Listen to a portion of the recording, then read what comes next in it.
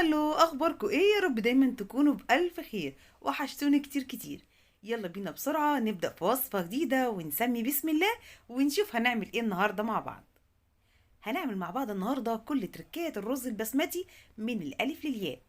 كمان هناخد حتة موزة حلوة كده هنعملها يا سلام بأحلى طريقة.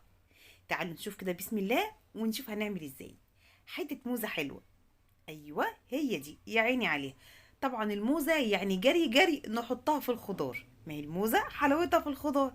لكن معايا النهارده هنعمل الموزه بشكل جديد ومختلف وبتركات حلوه جدا. تناسب تعمليها في عزومه كطبق رئيسي او كطبق جانبي جنب اكلات كده حلوه تكون كتيره. يا عيني عليها. او اقول لكم كاستخدام تاني كده صغير هقول لكم عليها في اخر الفيديو. تابعوني وبسرعة بسرعة لايك وكومنت جميل عشان نرفع الفيديو ويوصل لأكبر عدد ممكن. يلا بسم الله.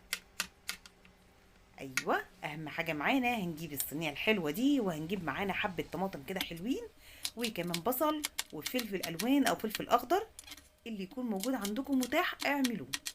أنا هنا حبيت أعمل تركة كده بسيطة، فكرة نميسة إن أنا أجمع ما بين طعم البصل الأبيض والبصل الأحمر. البصل الاحمر يدي تسكيره حلوه كده وكمان البصل الابيض هو ده اساس الاكل. كمان الفلفل خدت منه كده فلفلتين، فلفله حمراء وخضراء، سوري حمراء وصفراء. لو كان عندكم فلفل اخضر بس تقدروا تحطوه حلو جدا، لكن الفلفل الاحمر او الفلفل الالوان عموما بيدي طعم كده حلو قوي في الشوي، بيبقى طعم ولا اروع. بس كده الصينيه الاول اهم حاجه دهنتها كده بمسحه صغنطوطه من السمنه او زبده او زيت او اي حاجه شبه كده تمام. وبعدين احط شرايح الطماطم والبصل والفلفل وكمان اديها كده تاسيس حلو للطعم، ملح وفلفل اسمر رشه بسيطه عشان تكون طعمها متظبط وتمام جدا. نيجي بقى الموزه الحلوه الجميله دي، يا عيني عليها قمر قمر كده وهي موزه على بعضها. شايفين حته السمانه دي؟ اول حاجه بعملها بسم الله بمسك مناديل ورق بتاع المطبخ وبمسح كويس جدا جدا حته الموزه من كل ناحيه، اثر دم اثر اي حاجه. والمهم جدا اقول لكم حالا ان اللحمه ما بتتغسلش يا بنات، تمام؟ بس بنشفها من اثر كده. نجيب كتله الزبده الحلوه دي حوالي 3 معالق من الزبده. ايوه زبده. الزبده الكميه بتاعتها هنا مش كتير اطلاقا، هتشوفوا بس طعم وطراوه وغناوه كده في اللقمه وفي حته اللحمه دي. يا عيني عليها طعم تحفه جدا. ما انساش اقول لكم ان مهم جدا جدا اختيار نوع الزبده. اختاري نوع زبده يكون كويس، يكون طعم قوي، يديكي تست حلو في حته اللحمه، تمام؟ طبعا الزبده اللي في الصينيه دي مش هنرميها ابدا ابدا. بس خلاص معايا حالا حتة اللحمة برش عليها ملح وفلفل أسمر، مش هديها أي توابل كتير يا بنات عشان لما أجي أكلها أحس بطعم حتة اللحمة كده قمر كده معايا. بحط بعد كده ورقتين لورا في جوانب اللحمة وبرمي حوالي فصين 3 من القرنفل،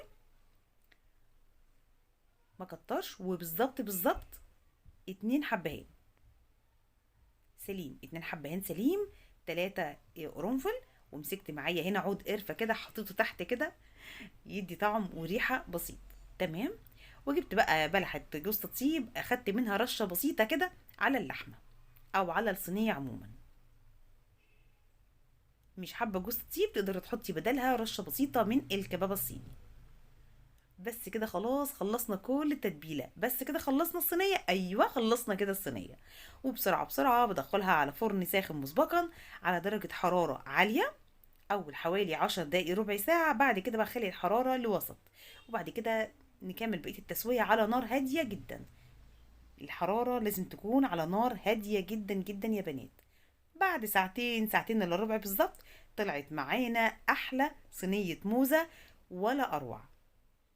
بصوا الشكل تحفة تحفة، الطعم خطير يا بنات، حاجة فعلا فعلا تشرفك في عزوماتك ومع حبايبك ولولادك، ونعمل أكلة جديدة بعيد عن الأكل التقليدي وناخد الموزة وهوب نحطها في الخضار. صدقوني طعم تحفة تحفة جدا. هنا بسرعة جبت مادة دهنية حطيت فيها فص مستكة يسيح، مادة دهنية زبدة سمنة سمنة على زيت براحتكم خالص، تمام. ببدأ بعد كده انزل بالتوابل عشان تطلع ريحة، الحبهان اللومي القرفة ورق اللورة، مجرد بس ما يطلع ريحة كده ويطقطق ويبقى جميل ببدأ بعد كده انزل عليه بالبصل المكعبات. مش مهم هنا ابدا البصل يكون ناعم. تمام. بعد كده نزلت عليهم برشة البودر الزعفران،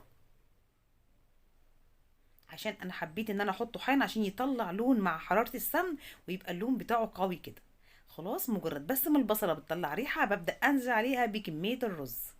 الرز مغسول، ما نقعتوش، ما عملتش اي حاجه. هنا جل من لا يسهو ونسيت خالص احط فلفل اسمر في السمنه في الاول. حطيته حالا عادي جدا مع الرز. الرز زي ما قلنا ما تنقعش، يا دوبك غسلته وحطيته على طول. بس كده وخلاص. ببدأ بعد كده احط عليه الملح واشوحه شويه لحد ما يتشمع سيكه، وهو ما شاء الله بقلبه قدامكم ولا بيتكسر ولا بيجراله اي حاجه. كوبايه الرز يا بنات ليها كوبايتين ميه من الرز البسمتي. كوبايه الرز البسمتي ليها كوبايتين ميه. بقلب كويس وبنزل عليها اهم حاجه بميه تكون سخنه جدا، يعني لو مغليه بتكون احسن كمان. وكده خلاص. مجرد ما بيتشرب ببدأ بعد كده اهدي الحراره عليه تدريجي. لو حابة يبقى طعمه سويتي شوية ممكن تنقعي زبيب في حوالي 10 دقايق كده مية، وبعد كده تشطفيه كويس. الأول تشطفيه وتنقعيه 10 دقايق في مية، وبعدين تشطفيه تاني كويس، وبعدين تحطيه بقى مع التركة دلوقتي كده أو مع التوابل في الأول. هنا يا عيني عليه لما تشرب وغطيت عليه الحرارة اللي غطى الحلة وتشرب وبقى زي الفل. بس كده. في كده احلى حاجه، في حاجه احلى من كده؟ اظن مفيش. الرز البسمتي في ثواني اتعمل وبقى سهل معانا جدا. وشوفوا قد ايه هو مفلفل وجميل. يا عيني مفيش بعد كده. كوبايه الرز لها بالظبط كوبايتين ميه، وتاخدي معاكي احلى تيست رز. هنا خلاص الرز بعد ما كان جاهز معانا هنحطه في طبق للتقديم، ونحطه فوق الموزة كده، ويا عيني عليه جنب اي اصناف تانية لو عاملة عزومة او لولادك بتجددي. مفيش احلى من كده. شوية بقى تزيين للطبق علشان يفتح النفس، ما العين بتدوق قبل الفم. بس كده خلاص. لو عندك بقى اي رشة بقدونس اي رشة طماطم تقدري تظبطي الاداء بيها، وبيكون الشكل لطيف جدا والطعم ولا اروع. لو جربتوا الموزة الضاني بالشكل ده اوعدكم انكم هتاخدوا احلى موزة مشوية. مفيش بعد كده. هنا معاكم بعد ما قطعتها ترانشات وريتكم ازاي شكلها من جوه تحفة ولذيذ قوي.